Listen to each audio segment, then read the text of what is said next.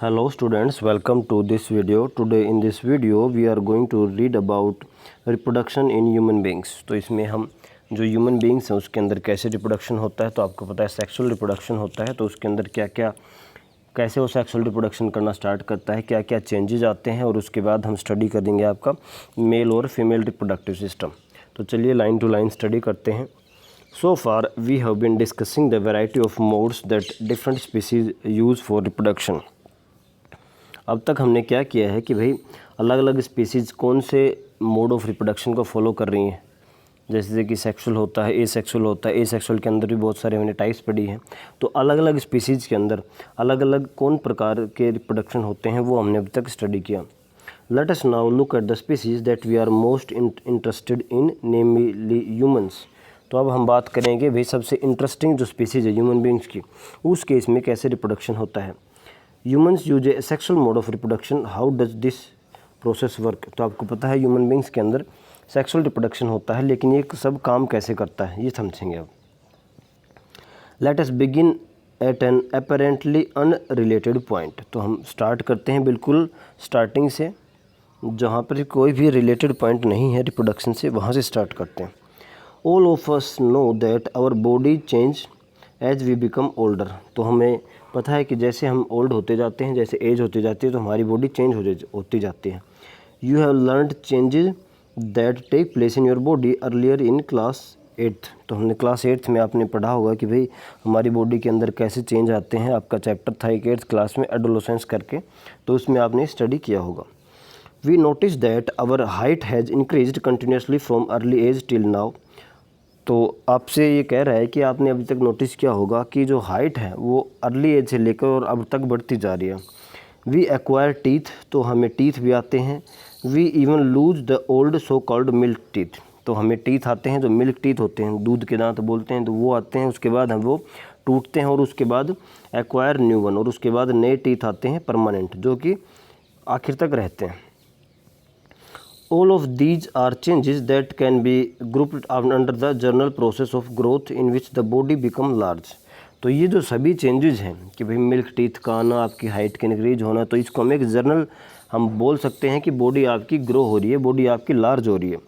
But in early teenage years a whole new set of changes occur that can not be explained simply as body enlargement. लेकिन जब teenage start होती हैं, यानी कि 13-14 years जब as start होती है, तो उस टाइम इन सब के अलावा भी आपकी बॉडी के अंदर बहुत सारे चेंज होते हैं, जिनको सिंपली हम बॉडी एनलार्जमेंट कह कर के एक्सप्लेन नहीं कर सकते। Instead the appearance of the body changes, proportion change, new feature appear and so do new sensations. तो क्या होता है, इसके अलावा क्या होता क्या है एक्चुअल में, तो भाई बॉडी की जो अपीयरेंस है वो चेंज होती है, बॉडी का जो प्रोपोर्शन है वो चेंज होता है कि भाई कितने प्रोपोर्शन में हाइट मतलब हैंड्स मसल्स की ग्रोथ होती है, वो कि भाई कहीं मसल ज़्यादा ग्रो होती हैं, कहीं आपकी वॉइस डीप हो जाती है, वॉइस चेंज हो जाती है, तो ये सब क्या है। और उसके बाद न्यू फीचर भी अपीयर होते हैं, जैसे कि फेशियल हेयर्स होते हैं, and also due new sensations. तो जो आपकी फीलिंग्स है, जो सेंसेशंस हैं, वो भी चेंज होती हैं। Some of these changes are common to both boys and girls. तो ये जो चेंजेस होते हैं वो बॉयज़ एंड गर्ल्स के लिए कुछ तो चेंज जो है कॉमन होते हैं। We begin to notice thick hair growing in new parts of the body such as armpits and genital area between the thighs. तो ये क्या कह रहा है कि नए जो कुछ जो चेंजेस होते हैं वो कॉमन होते हैं। जैसे कि आप ये क्या कह रहा है, थिक हेयर्स की ग्रोथ होती है आपके आर्मपिट्स के अंदर, और जो आपका जेनाइटल एरिया है, जो आपका एब्डोमिनल एरिया है, उससे नीचे जो जेनाइटल एरिया है बिटवीन द थाइज, वहाँ पर आपकी थिक हेयर्स की ग्रोथ होना स्टार्ट होती है। Which can also become darker in colour, जो कि डार्क भी होते जाते हैं कलर के अंदर। Thinner hair can also appear on legs and arms. तो लेग्स और आर्म्स के ऊपर आपके थिन हेयर भी दिखने स्टार्ट हो जाते हैं, as well as on the top of the face, face के ऊपर भी। The skin frequently becomes oily and we might begin to develop pimples. तो स्किन जो है वो ऑयली स्टार्ट हो जाती है, क्योंकि हार्मोनल चेंज हो रहे हैं, तो वो ऑयल सिक्रीशन स्टार्ट हो जाता है, और इस ऑयल सिक्रीशन के कारण आपकी स्किन कंटामिनेट हो जाती है और आपको पिंपल्स हो सकते हैं। We begin to be conscious and aware of both our bodies and those of others in new ways. तो हम क्या करते हैं, अपनी जो बॉडीज़ के लिए कॉन्शियस होते हैं और ये आपके दूसरे के लिए भी आप कॉन्शियस होते हैं, मतलब जो दूसरी बॉडीज़ हैं ऑपोजिट सेक्स की, उसके लिए भी आप कॉन्शियस दिखाते हैं अपने आप को। On the other hand there are also changes taking place that are different between boys and girls. तो ये सब जो आपको बताए चेंज वो क्या थे, कॉमन थे, बॉयज़ एंड गर्ल्स के दोनों के अंदर चेंज हो रहे थे। लेकिन अब क्या है, कुछ एक जो चेंजेस हैं वो बॉयज़ एंड गर्ल्स के अंदर डिफरेंट हैं। कुछ चेंजेस सिर्फ बॉयज़ में हो रहे हैं, कुछ चेंजेस सिर्फ गर्ल्स में हो रहे हैं। देखिए, in girls breast size begins to increase with darkening of the skin of nipples at the tips of the breast. तो क्या होता है, गर्ल्स के केस में जो ब्रेस्ट का साइज़ है वो इंक्रीज होता है, जो निपल्स है उनकी स्किन डार्क होना स्टार्ट होती है। Also girls begin to menstruate at around this time. तो उनके जो गर्ल्स के केस में मेंस्ट्रुअल साइकिल भी स्टार्ट हो जाती है, जो आप जानते हैं एक साइकिल होती है 28 डेज़ की, वो होना स्टार्ट हो जाती है। Boys begin to have new thick hair growth on face and their voice become to crack. तो बॉयज़ के केस में क्या होता है कि भाई फेशियल हेयर स्टार्ट हो जाते हैं और जो वॉइस होती है वो क्रैक, फटनी स्टार्ट हो जाती है, डीप वॉइस हो जाती है। Further, the penis occasionally begins to become enlarged and erect and either in daydreams or at night। तो जो आपका सेक्सुअल ऑर्गन है पेनिस, वो भी आपका अनलार्ज होना स्टार्ट हो जाता है इस केस में, सिर्फ बॉयज़ के केस में। All of these changes take place slowly. ये जो चेंजेस हैं वो सभी धीरे धीरे हो रही है over A period of month and years. तो मतलब इसमें क्या लग सकता है, कुछ महीने या साल लग सकते हैं, धीरे धीरे चेंज हो रहे हैं। They do not happen all the same time in one person nor do they happen at the exact age। तो मतलब ऐसा कोई फिक्स एज नहीं है कि भाई इस एज के अंदर ये सब होगा। ये अलग अलग पर्सन के अंदर अलग अलग वेरी कर सकता है, 1-2 साल का डिफरेंस आता है, और वो सब आपका डाइट और बॉडी डिज़ाइन के ऊपर डिपेंड करता है। In some people they happen early and quickly while in others they can happen slowly. कुछ एक जो पर्सन के अंदर बहुत जल्दी हो जाता है, कुछ एक के अंदर लास्ट मतलब टाइम लग जाता है। वो सब आपके डाइट के ऊपर और बॉडी वेट के ऊपर डिपेंड करता है, बॉडी डिज़ाइन कैसा है, बॉडी वेट कैसा है। Also each change does not become complete quickly either. और ऐसा भी नहीं है कि चेंज एक के बाद एक होते हैं, वो सब साथ होते रहते हैं। और ऐसा नहीं है कि चेंज तब के तब कंप्लीट हो जाएगा, वो सब धीरे धीरे मिल करके हो रहे हैं।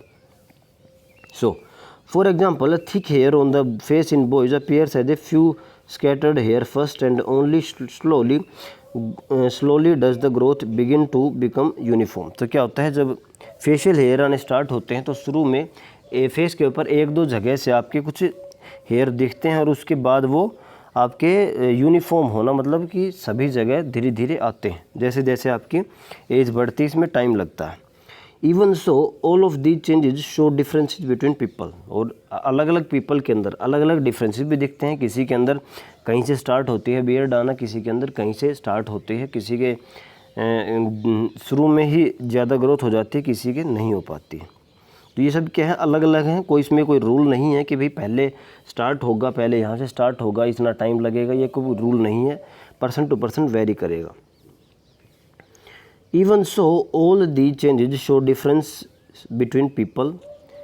तो ये जो जितने भी चेंजेस है वो अलग अलग पीपल के अंदर अलग अलग डिफरेंसेस शो करते हैं। Just as we have differently shaped noses और फिंगर्स। जैसे कि हमारे नाक और जो उंगलियाँ हैं वो अलग अलग शेप्स की हैं, ऐसे ही ये जो चेंजेस होंगे वो भी अलग अलग होंगे, अलग अलग समय पर होंगे। So also we have different patterns of a hair growth. तो जो हेयर की ग्रोथ है उसके भी अलग अलग पैटर्न्स मिलते हैं। और साइज़ की भाई साइज़ क्या रहेगा, एंड शेप ऑफ ब्रेस्ट और पेनिस। तो ये जो आप सेक्सुअल ऑर्गन्स हैं, जो हम कहते हैं इनको accessory organ, sexual accessory organs, तो इसके अंदर ब्रेस्ट है और पेनिस है, इन सब का साइज़ भी मैटर करता है, शेप, ये सब क्या है, फिक्स नहीं है, अलग अलग वेरी करेगा person to person. All of these changes are aspects of sexual maturation of the body. तो ये जितने भी अभी तक हमने चेंजेस की बात की है वो क्या है कि सेक्सुअल मैच्योरिटी हो रही है, एक सर्टेन एज पर आकर के आपकी सेक्सुअल मैच्योरिटी स्टार्ट होती है, और ये कंप्लीशन के बाद सेक्सुअल रिप्रोडक्शन अनेबल हो सकता है, और उसके बाद आप ऑफस्प्रिंग हो सकते हैं। यदि ये इनकी मैच्योरिटी नहीं होगी तो सेक्सुअल रिप्रोडक्शन परफॉर्म नहीं कर सकते human beings. Why does the body show sexual maturation at this age. तो ये क्वेश्चन आता है कि भाई इसी एज के ऊपर 13-14 के ऊपर ही आपके अंदर चेंजेस आना स्टार्ट क्यों होते हैं।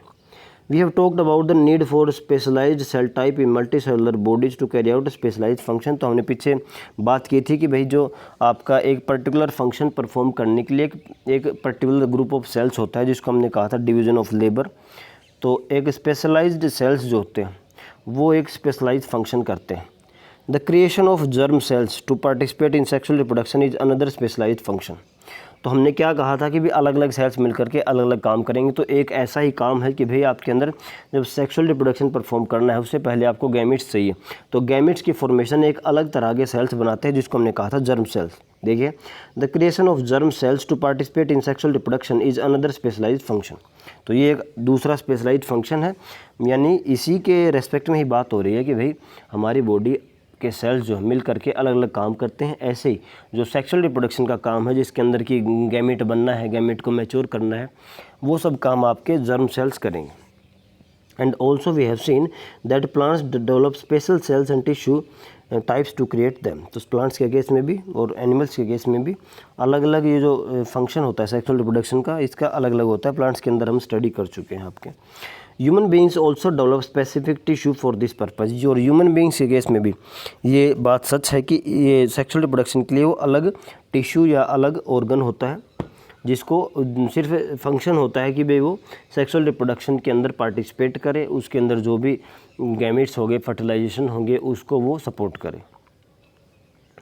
However while the body of the individual is growing to its adult size. तो हम कह सकते हैं कि जो टीनेज से अडल्ट साइज में आपकी बॉडी इंक्रीज हो रही है, उसी समय the resources of the body are mainly directed at achieving this growth. तो जो टीनेज होती है उस टाइम जो आपकी बॉडी का मेन जो फोकस होता है कि भाई वो आपको सेक्सुअली मैच्योर करना, तो वो उसी की तरफ वो बढ़ता रहता है। जो भी आपके रिसोर्स होते हैं, मतलब जो भी आप डाइट हो गया, कुछ भी हो गया, आप इनटेक करते हैं, उसका जो भी रिसोर्स आपने लिए उन सब का एक ही मोटो होता है कि लास्ट में आपको सेक्सुअली मैच्योर करना है, आपको ये जो कम्प्लीटली अडल्ट ग्रोथ होनी है। While that is happening, the maturation of reproductive tissue is not likely to be a major priority. तो ये सब हो रहा है इस दौरान जो रिप्रोडक्टिव टिश्यू है इसकी भी जो मैच्योरिटी है वो भी मेजर प्रायोरिटी नहीं है कि भाई इसको पहले मैच्योर करना है। 10 the rate of general body growth begins to slow down, reproductive tissue begins to mature. तो इस टाइम क्या होगा, जैसे जैसे आप देखते हैं कि आपकी हाइट अभी थोड़ा 18-20 ईयर्स के बाद थोड़ा ग्रोथ होना बंद हो जाती है। तो इसका मतलब क्या है, जो जनरल बॉडी ग्रोथ है, जो आपकी नॉर्मल बॉडी ग्रोथ हो रही थी वो तो रुक जाती है, लेकिन इसके अपोजिट क्या है, आपकी जो रिप्रोडक्टिव टिश्यूज़ हैं उसको वो मैच्योर होना स्टार्ट हो जाते हैं, मैच्योर हो जाते हैं। This period during adolescence is called puberty. तो इसको हम कहते हैं प्यूबर्टी, जिसके अंदर आपके बहुत सारे चेंजेस हो रहे हैं, बॉडी डिज़ाइंस हो रहे हैं, जिसके अंदर रिप्रोडक्टिव टिश्यू मैच्योर हो रहा है, आपके जनरल जो बॉडी ग्रोथ है वो थोड़ी स्लो डाउन हो रही है। तो इसको हम कहते हैं एडोलेसेंस पीरियड, और ये जो पीरियड होता है इसको हम कहते हैं प्यूबर्टी पीरियड। एडोलेसेंस के दौरान ये जो पीरियड होता है जिसके अंदर आपका रिप्रोडक्टिव टिश्यू मैच्योर हो रहा है, इसको हम कहते हैं प्यूबर्टी पीरियड। देखिए आगे। So how do all changes that we have talked about link to reproductive process. तो अब हम बात करेंगे भी जो भी ये चेंज हुए हैं इसका रिप्रोडक्शन में क्या रोल है। We must remember that a sexual mode of reproduction means that germ cells from two individuals have to join together. तो हमने जैसे कि सेक्सुअल रिप्रोडक्शन के अंदर जाना था कि भाई जो सेक्सुअल रिप्रोडक्शन में आपका फर्टिलाइजेशन होता है, दो इंडिविजुअल से अलग अलग सेल्स आते हैं जिसको हम गैमेट्स कहते हैं। तो मेल और फीमेल गैमेट हम कहते हैं कि जो आते हैं और वो फ्यूज करते हैं मतलब दोनों सेल्स मिल करके एक सेल बनता है जिसको हम जाइगोट कहते हैं। और ये सब आपके होता है दोनों इंडिविजुअल्स के सेल्स ज्वाइन होते हैं, germ cells. This can happen by external release of germ cells from body of individual as happen in flowering plants. तो जैसे कि फ्लावरिंग प्लांट्स में हमने देखा था कि पोलन ग्रेन रिलीज होता है और वो स्टिग्मा के ऊपर जाता है, तो ऐसे ही ह्यूमन बींग्स के केस में भी जो आपका एक जो जर्म सेल है वो रिलीज होगा और वो दूसरे जर्म सेल के पास जाएगा और वहाँ जा कर के फ्यूज करेगा, फर्टिलाइजेशन होगा। और it can happen by two individuals joining their bodies together for internal transfer of germ cells for fusion as happens in many animals. तो जैसे कि हमने क्या फ्लावर्स के अंदर पढ़ा था कि भाई उसके लिए कोई एजेंट चाहिए जो जर्म सेल्स को ट्रांसफ़र करेगा। लेकिन कई एनिमल्स के अंदर क्या होता है कि जो उनका बॉडी डिज़ाइन ऐसे होता है कि उनकी जो बॉडीज़ होती हैं उनको ज्वाइन कर करके वो अपना इंटरनल ट्रांसफ़र ही करते हैं जर्म सेल्स का, कि भाई जो जर्म सेल्स है बॉडीज़ के थ्रू ही आपके ट्रांसफ़र होते हैं। उस केस में कोई भी आपको एजेंट नहीं चाहिए। आपको बीच में पोलिनेशन के लिए जैसे हमने कोई इंसेक्ट, विंड वगैरह की रिक्वायरमेंट होती थी, इस केस में आपके गैमेट ट्रांसफ़र के लिए कोई भी आपको फैक्टर या कोई भी आपको एजेंट की रिक्वायरमेंट नहीं है। In animals to participate in this process of mating, their state of sexual maturity must be identifiable by other individual। तो ये जो हमने पढ़ा कि भी सेक्सुअल मैच्योरिटी क्यों ज़रूरी है, तो इस केस में इस प्रोसेस को सपोर्ट करने के लिए भी सेक्सुअल मैच्योरिटी ज़रूरी है, जिसको हम कहते हैं मेटिंग। तो मेटिंग को सपोर्ट करने के लिए सेक्सुअल मैच्योरिटी ज़रूरी है ताकि वो जो आपका गैमेट ट्रांसफ़र है वो हो सके। Many changes during puberty such as new hair growth patterns are signal that sexual maturation is taking place। तो ये है कि आपकी भाई जो सेक्सुअल मैच्योरिटी को कैसे देखेंगे, भाई जो ग्रोथ होती है, हेयर ग्रोथ होती है पैटर्न्स की अलग अलग बॉडी पार्ट्स पर, उसको हम देख करके बोल सकते हैं कि भाई ये सेक्सुअल मैच्योरिटी आपकी चल रही है। On the other hand the actual transfer of germ sales between two people need special organ for sexual act. अब क्या होता है कि दूसरी तरफ अगर हम बात करें कि भाई एक्चुअल गैमेट ट्रांसफ़र, मतलब एक्चुअल जो जर्म सेल के जो ट्रांसफ़र होने हैं, अब हम सेक्सुअल रिप्रोडक्शन में कहते हैं कि बाई पेरेंटल होता है, तो इसके अंदर मेल पेरेंट मिलेगा और फीमेल पेरेंट मिलेगा, दो मिलेंगे।